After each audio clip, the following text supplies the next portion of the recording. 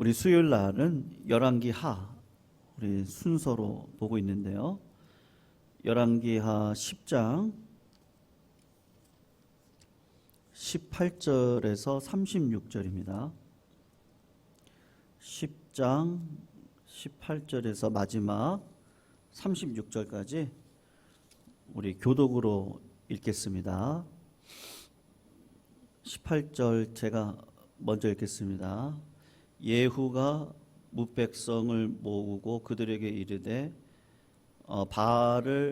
야합은 바알을 조금 섬겼으나 예후는 많이 섬기리라.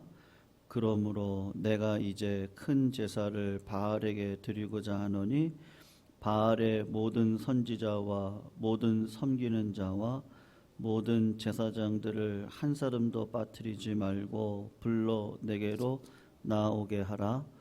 모든 오지 아니하는 자는 살려두지 아니하리라 하니 이는 예후가 바알 섬기는 자를 멸하려 하여 계책을 씀이라.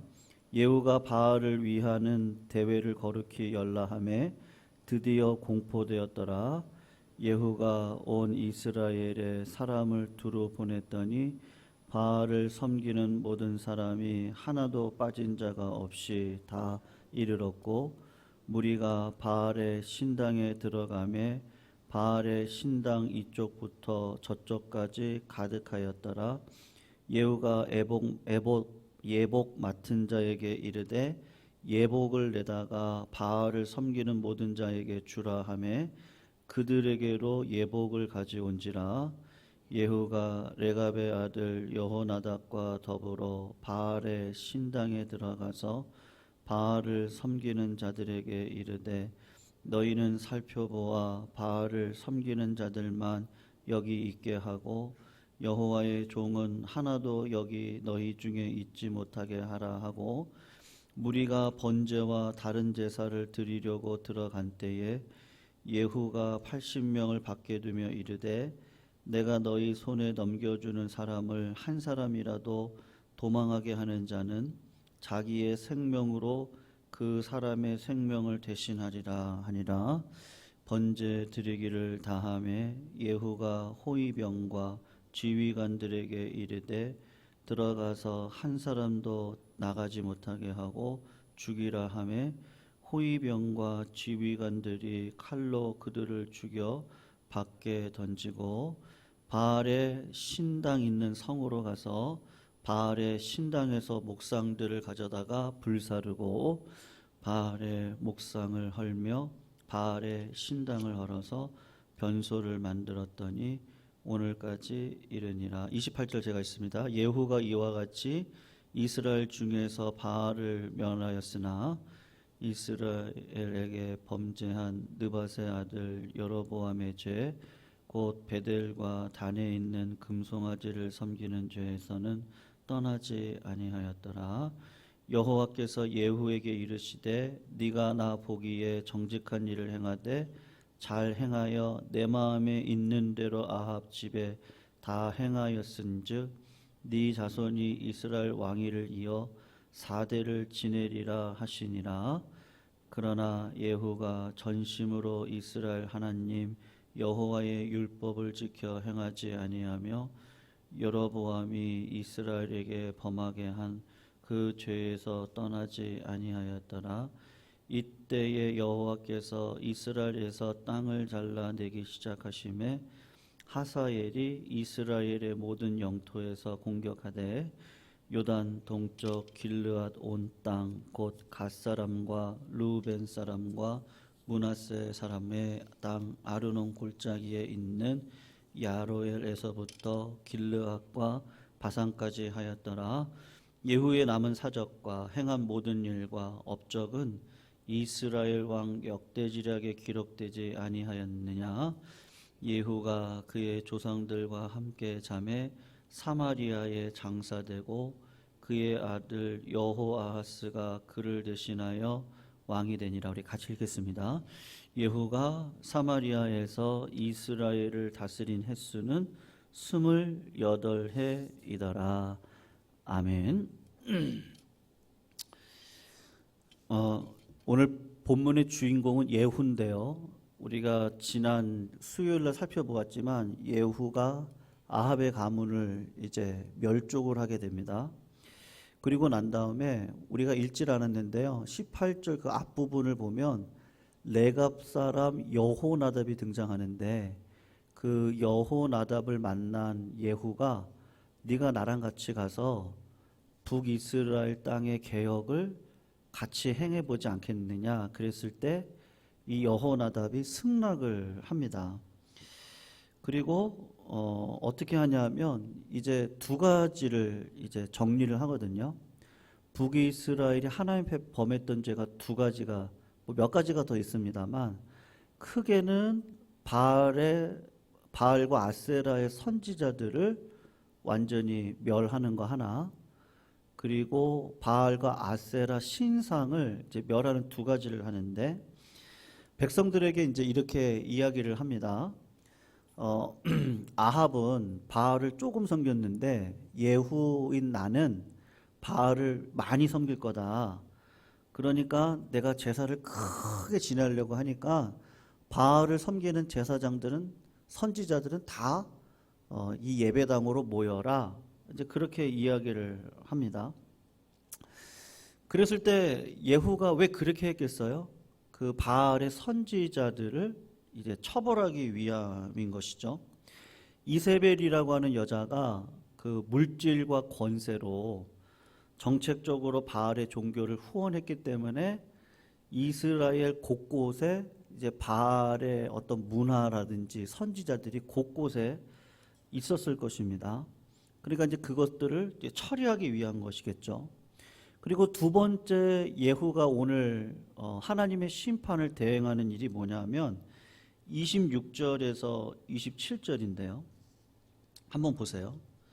26절에서 27절을 보시면 그 26절에 바알의 신당이 있는 성으로 가서 바알의 신당에서 목상들을 가져다가 불사릅니다. 그리고 27절을 보시면 바알의 목상을 헐고 바알의 신당을 헐어서 변소를 만든다. 이제 그렇게 이야기를 하고 있습니다.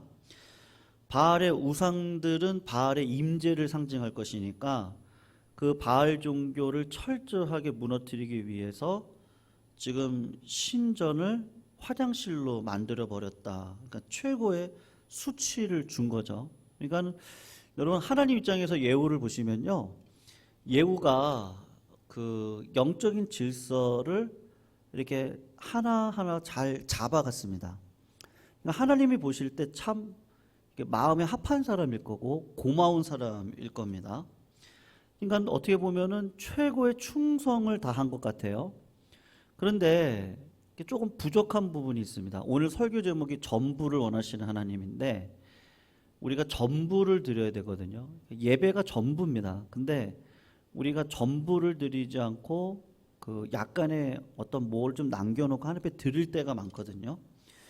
그 예후가 온전히 순종하진 않았어요. 그래서 28절에서 29절을 보면 한번 보십시오.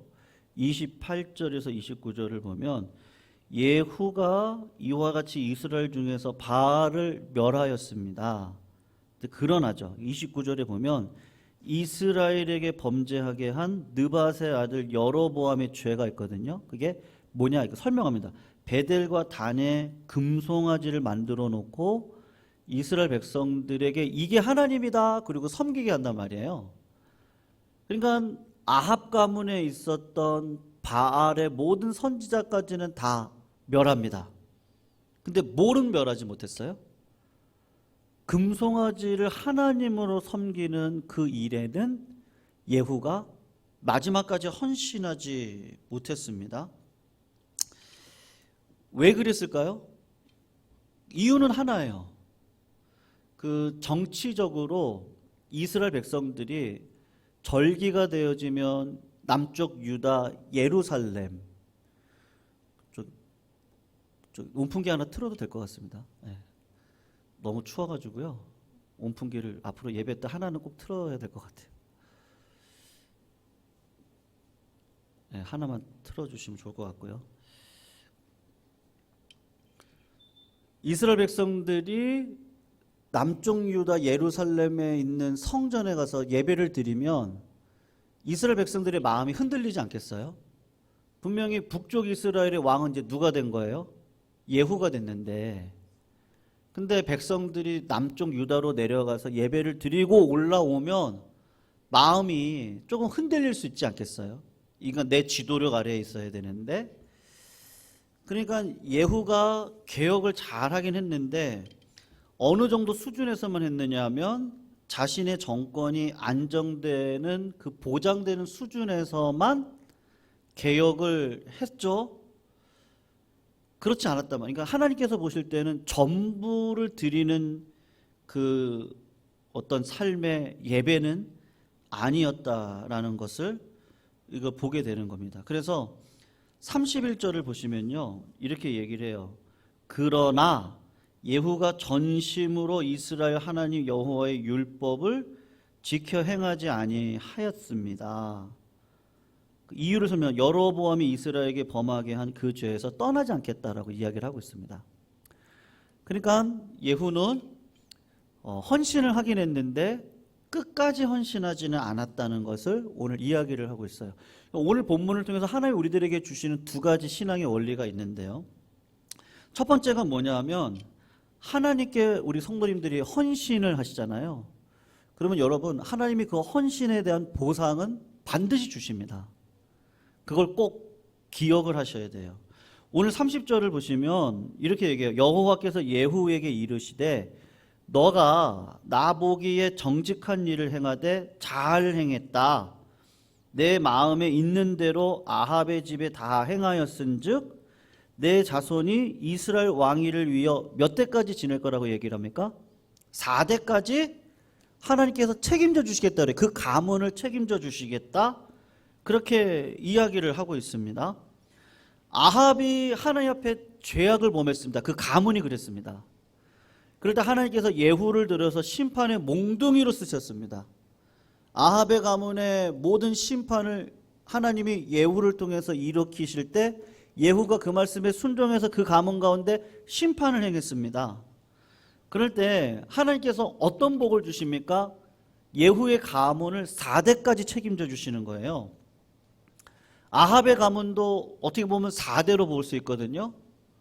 그런데 실제적으로 들어가서 보면 오므리, 아합, 아하시야, 요람입니다. 그러니까 아합의 두 아들 아하시야하고 요람이 있거든요. 그러니까 실제적으로 보면 3대예요. 그런데 예후의 가문을 보시면 예후, 여호아스, 요하스, 여로보암 2세, 스가랴까지, 그러니까 5대에 걸쳐서 몇 년 동안 북이스라엘을 통치하게 하냐면 100년을 시킵니다. 하나님이요. 100년 정도를 통치를 하게끔 하고, 그리고 아합 가문은 45년 통치하거든요. 북이스라엘 역사가 한 209년 정도가 됩니다. 그러니까 209년에서 반의 역사를 예후의 가문에게 통치할 수 있는 은혜를 주시는데 왜 그러겠어요? 예후가 하나님 보시기에 정직히 행했던 그 하나님의 보시기에 그 헌신이 있는 거예요.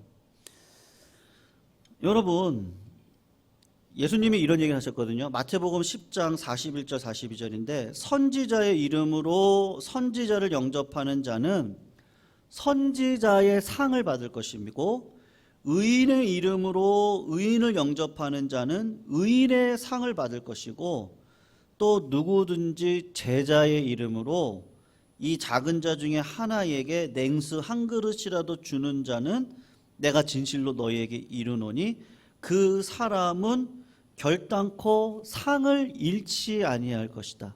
성도님들 믿으시죠? 믿으시죠? 하나님은요 절대로 우리의 헌신을 그냥 보고 넘어가시는 경우가 없습니다.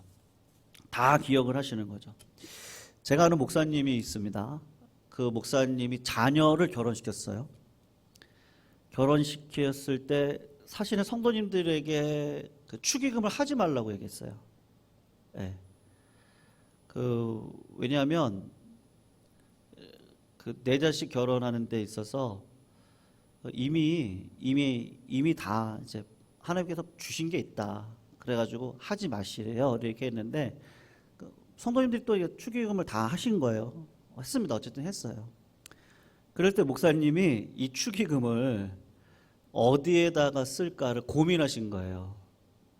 근데 그 결혼한 그 자녀가 목회자였는데 다른 게 목회자였거든요. 전도사 정도 되신 분이었는데 이제 유학을 예정하고 있었어요. 그래서 그냥 보통 상식적으로 생각하면요, 그냥 자녀 유학을 위해서 하나님이 주신 거니까 이거 그냥 유학 비용으로 써야겠다 이렇게 생각하실 수도 있는데 성도님들이 주신 그 헌금이 너무 귀한데 그 귀한 것을 내 자식을 위해서 쓴다? 그거는 아닌 것 같다라는 생각이 드셨다는 거예요. 그래서 하나님 어떻게 하죠? 이제 물은 거죠. 물어보고 이렇게도 고민해보고 그냥 자식 유학 갔다고 하는데 좀 거기다 보탤까? 아니지.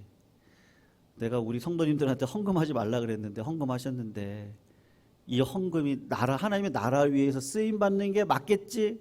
근데 어디다가 쓰임 받는 게 좋을까? 뭐 이렇게 저렇게 생각을 하다가 딱 보니까 어떤 선교사님에게 딱 필요한 만큼의 금액이더래요.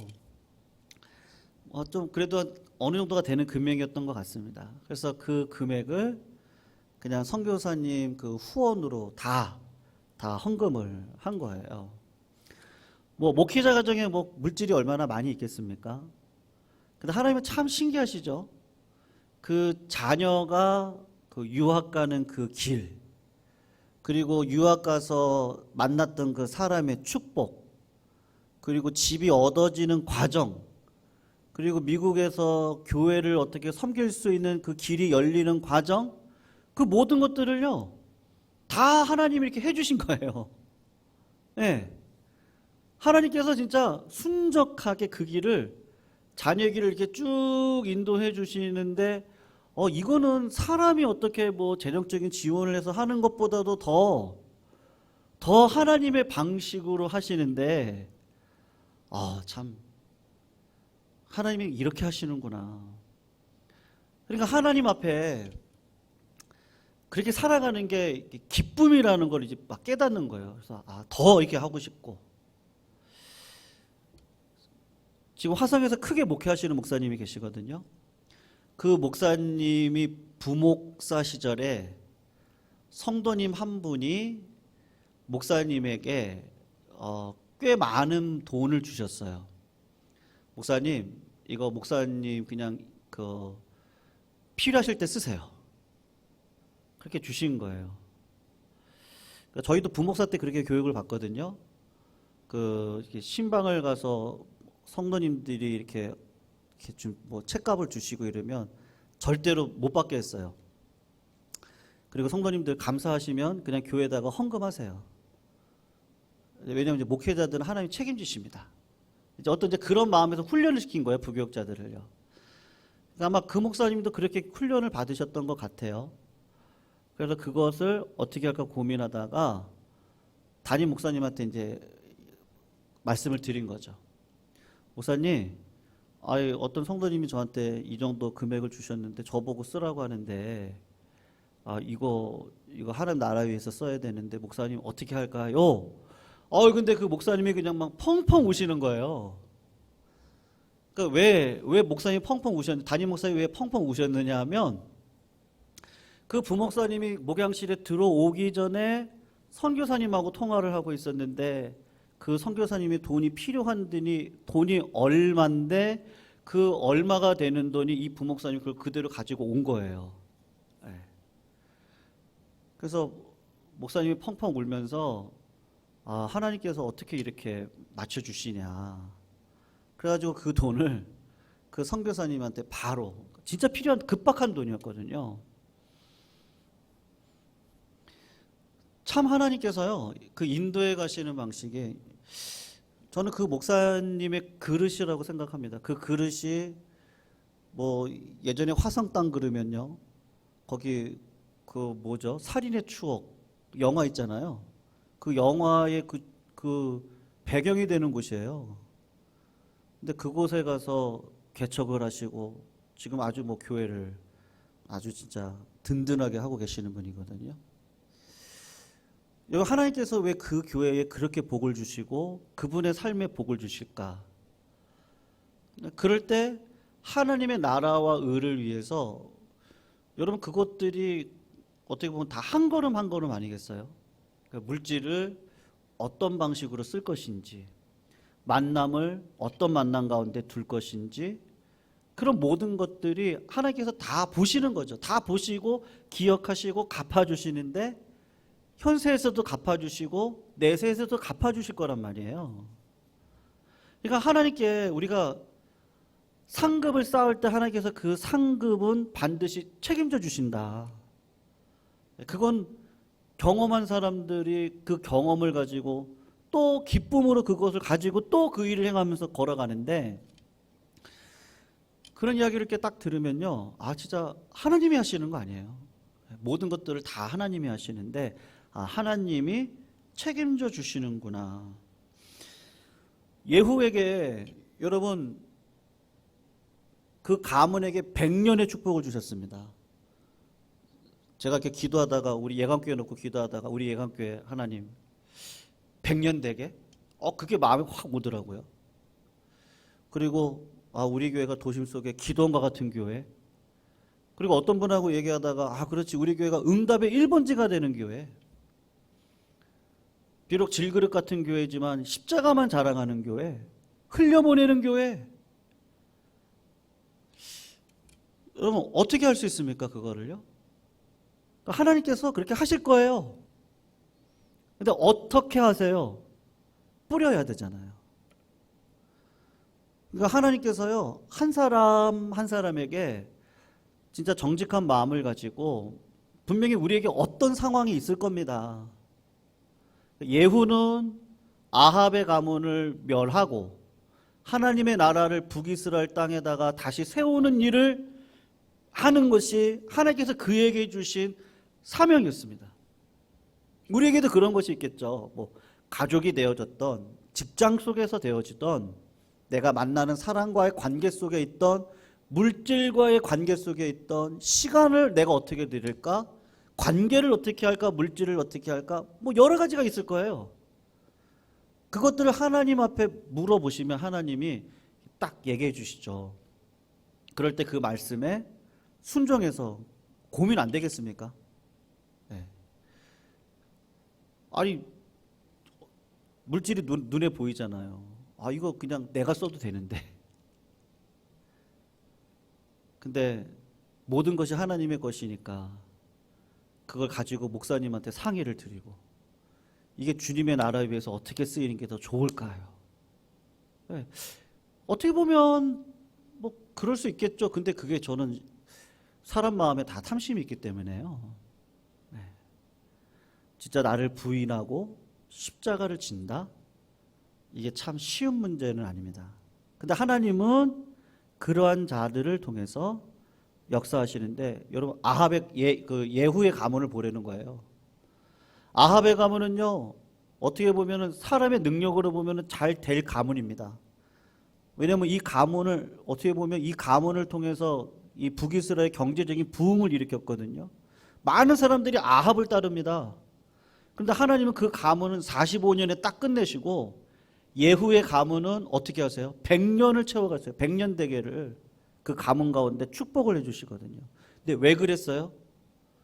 그럴 때 남들이 전혀 할 수 없는 그 헌신, 그 작은 거 하나인데요. 주님은 그 가난한 과부가 두렵돈 드린 거, 과부의 입장에서 보면 내 오늘 먹을 양식을 그냥 하나님 앞에 드린 거잖아요.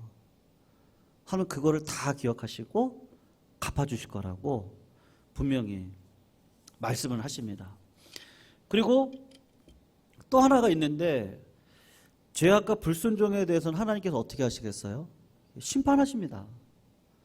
우리 31절을 한번 보시면, 그러나 예후가 전심으로 이스라엘 하나님 여호와의 율법을 지켜 행하지 아니했습니다.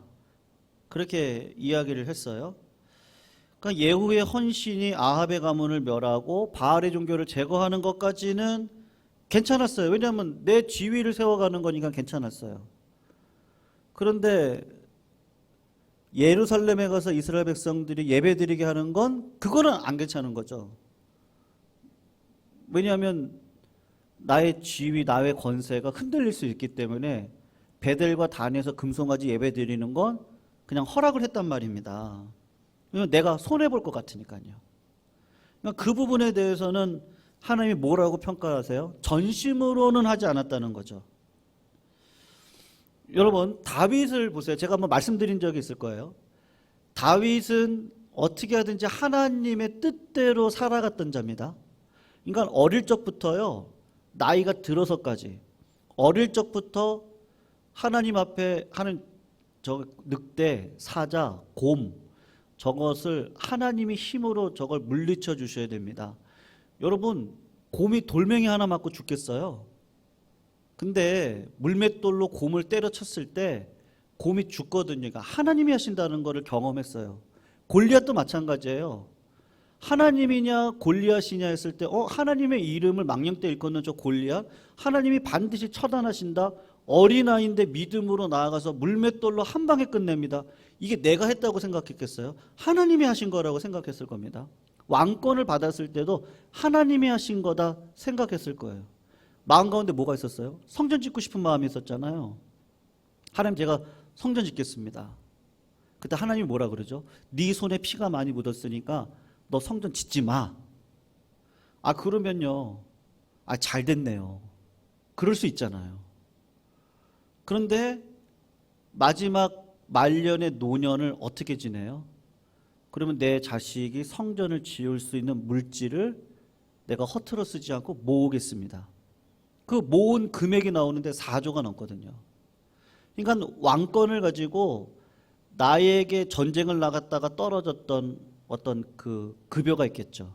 그리고 왕으로 받는 급여가 있겠죠. 그걸 다 평생을 모은 거예요. 그게 4조예요. 그러니까 다윗은요, 어릴 적부터 물론 중간에 한번 실수를 했습니다. 간음도 하고 이스라엘 백성들의 수를 세웠던 두 가지 실수는 있었습니다만 늘 하나님의 뜻을 쫓아서 살아는 일에 늘 마음을 모았던 자였어요. 그러니까 하나님이 다윗을 볼 때는 마음의 합한 자죠. 다윗의 계열을 통해 메시아가 나오게 하시고, 그리고 영원토록 예수 그리스도가 이 땅 가운데 왕권으로 가시도록 하시는데 누구의 헌신이 그 가운데 있는 겁니까? 다윗이라고 하는 사람의 이 마음이 하나님을 향한 마음으로 합해 있었던 거잖아요. 근데 사울을 보세요. 사울은 사람들로 보면은 저렇게 잘생긴 사람이 없어요. 외모적으로. 여러분, 저같이 키가 작은 사람이 좋아요? 아니면 키가 큰 사람이 좋으세요? 예. 그냥 외향으로 보면요.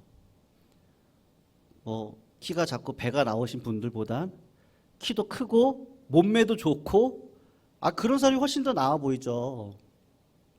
그러니까 사울이 그런 사람이잖아요. 그런데 사울은 신기하게도 왕이 될 때부터 길보아 전투에서 스스로 목숨을 끊을 때까지 하나님의 말씀에 단 한 번도 순종한 적이 없었습니다. 단 한 번도. 참 신기하죠. 한 나라의 왕인데 그런 일이 없었습니다. 여러분, 예후를 한번 보세요. 예후에게 하나님께서 심판하시는데 어떻게 심판하시죠? 나라를 갈라요. 22절 23절 한번 보십시오. 이때 여호와께서 이스라엘에서 땅을 잘라 내기 시작하심에 하사엘이 이스라엘의 모든 영토에서 공격하되 요단 동쪽 길르앗 온 땅 곧 갓사람과 르우벤 사람과 므낫세 사람의 땅 아르논 골짜기에 있는 아로엘에서부터 길르앗과 바산까지 어떻게 하십니까? 하나님이요? 그 땅을 다 갈라내시는 거예요. 왜 그렇게 하는 거죠? 하나님 앞에 헌신하지 않은 부분에 대한 것은 하나님이 이 땅 가운데 상급도 있지만 심판도 있다라는 것을 보여주시는 겁니다. 여러분, 우리가 오늘 본문을 통해서 한번 그냥 생각해 보시면 좋겠어요. 예. 요새 그냥 제가 성도님들한테 좀 자주 드리는 말씀이 그 하나님의 뜻을 물어보십시오. 예. 오늘 새벽에도 잠깐 말씀드렸는데 그 기독교는요, 그 도덕적이고 윤리적인 종교가 아닙니다. 굳이 종교라고 그러면요, 뭐 내가 남들보다 더 깨끗해요, 내가 남들보다 더 기도 많이 해요, 내가 남들보다 봉사도 많이 하고요, 아 제가 남들보다 기도의 은사가 있어요, 신유의 은사가 있어요, 제가 방언을 잘하고요, 제가 이렇게 했더니 하나님께서 이런 복을 주시고요, 제가 얼마나 이렇게 고생을 많이 했는지 아세요? 네, 어떤 그런 게 아니에요. 기독교는 그런 건 불교에 가서도 보시면 있고 이슬람을 가서도 보시면 다 있는 속성들이거든요. 근데 그게 아니고 하나님의 뜻대로 살아가고 있습니까? 고난이 왔습니다. 고난이 왔을 때 그걸 잊기 위해서 세상으로 나아가는 게 아니고 술을 마시고 세상을 나가서 막 그렇게 하는 게 아니라 고난이 왔을 때 하나님 앞에 묻는 거죠. 하나님, 왜 저에게 이런 고난을 주셨습니까? 하는 제가 이 고난 가운데 어떻게 해야 되겠습니까? 부요함을 주셨습니다. 그럴 때 하나님, 저에게 주신 이 부요함을 주신 이유가 있을 텐데 저보고 어떻게 하라는 겁니까? 하나님께서 십자가를 지라고 할 때 하나님, 제가 그러면 어떻게 해야 될까요? 그러니까 어떤 상황에서도요, 하나님께서 오늘도 나에게 하라고 하는 일을 하고 실제적으로 내 삶에 하나님의 통치가, 그 권세가 누려지고 있는 삶을 실제로 내가 살아가고 있는 그것이 뭐예요? 신앙이고 기독교거든요. 그래서 하나님께서는 상급을 얘기하시고 심판을 얘기하시는 거예요. 네. 왜 그랬겠어요? 삶으로 보여주라는 거죠. 바리새인들이 실패했던 건 뭡니까? 이미 하나님께서 주신 복에 취해서 예수님이 와가지고 자기를 부인하고 십자가를 지라고 하는데 바리새인들은 그런 예수는 싫어요. 그래서 십자가에 못 박아 버리잖아요. 예수님은 이웃을 사랑하기 위해서 세리와 창녀들에게도 그들에게도 사랑을 베풀라고 이야기하는데 바리새인들은 그 예수님의 말씀이 싫은 거예요. 잘 살고 있는데요. 그러니까 바리새인들이 실패한 게 뭐예요? 하나님의 음성을 듣는 일에 실패하는 거예요. 그러니까 하나님이 어떻게 하세요? 심판을 행하실 수밖에 없는 거예요. 고난 가운데 있었던 성도님들이 계셨습니다. 네로 황제 시절에, 그리고 네로 황제 이후 시절에 기름에 튀겨서 죽이고 화형으로 시켜 죽이고 톱으로 쓸어서 죽이고, 그럴 때 그거 안 할 수 있는, 그거 피할 수 있는 방법이 있어요. 그냥 예수님을 부인하면 됩니다. 그런데 하나님 앞에 제가 어떻게 해야 됩니까? 부인할 수가 없는 거예요. 왜냐하면 내가 직접 눈으로 목도했거든요. 주님이 죽으셨다가 부활하신 걸 직접 내가 사실로 봤는데 그걸 어떻게 부인하고 살아갈 수 있겠습니까? 그래서 부인을 못하는 거예요. 하나님의 뜻이 거기에 있으니까요. 여러분, 우리가 오늘도 그냥 다른 거 볼 필요 없습니다. 오늘 우리 자녀들, 그리고 내 남편, 내 아내, 그리고 하나님께서 오늘 나에게 주신 시간, 물질, 이 관계, 하나님 앞에 물어보는 거죠. 하나님, 제가 어떻게 삶을 살아야 되겠습니까? 그러면 하나님께서 반드시 저희들에게 가야 될 길을 얘기하시고 그 길을 그대로 순종하는 자에게 하나님께서 반드시 상을 베풀어 주실 줄로 믿습니다. 언제까지요? 예후 가정을 보세요. 100년을 책임져 주세요. 이 가정을요. 네. 예수 그리스도 안에 들어온 자에게는요, 영생을 책임져 주세요. 영원히 잘 되도록 해주실 거예요. 그래서 사도 바울이 자꾸 뭐라 그래요? 예수님 안에 거하십시오. 사도 바울이 늘 하는 얘기가요, 주님 안에 있는지 확인해 보십시오. 네. 주님은 뭐라 그러셔요? 당신이 내 안에, 내가 너 안에 있으면 무엇이든지 원하는 대로 구해라. 내가 다 해줄 것이다. 포도나무와 가지 비유를 통해서 가지가 포도나무에 붙어 있지 아니하면 열매를 맺을 수 없다. 그렇게 이야기하잖아요. 성도님들, 예후가 불완전한 헌신이었음에도 불구하고 어떻게 하십니까? 하나님이 그 가정 100년을 책임져 주시잖아요. 그러므로 우리가 오늘도 그리스도 안에 거하시면요, 이전에 맛보지 못했던 평안을 저희들에게 허락해 주실 줄로 믿습니다. 그리고 성도님들 기도하고 계셨던 모든 기도의 제목들, 그건 순종 안에 섰을 때 하나님께서 다 갚아주실 거예요. 네. 그래서 십자가 없이 영광 없습니다. 눈물의 뿌림이 없이 기쁨으로 일어설 수 없습니다. 대가 없는, 헌신 없는 신앙은 없습니다. 오늘도 그 눈물의 씨앗을 성도님들 뿌리십시오. 어떻게 뿌리시겠어요? 기도로 뿌리십시오. 하나님의 뜻을 물어보십시오. 그리고 하나님, 내가 하나님 안에 거하고 싶습니다. 그런 믿음의 길로 걸어가실 때 우리 성도님들의 모든 기도의 제목들께서 그 기도의 제목을 하나님이 다 선한 방식으로 끌어가실 줄로 믿습니다. 오늘 말씀 생각하면서요, 우리 찬양 부르겠습니다. 461장인데요. 십자가를 질 수 있나? 461장 십자가를 질 수 있나?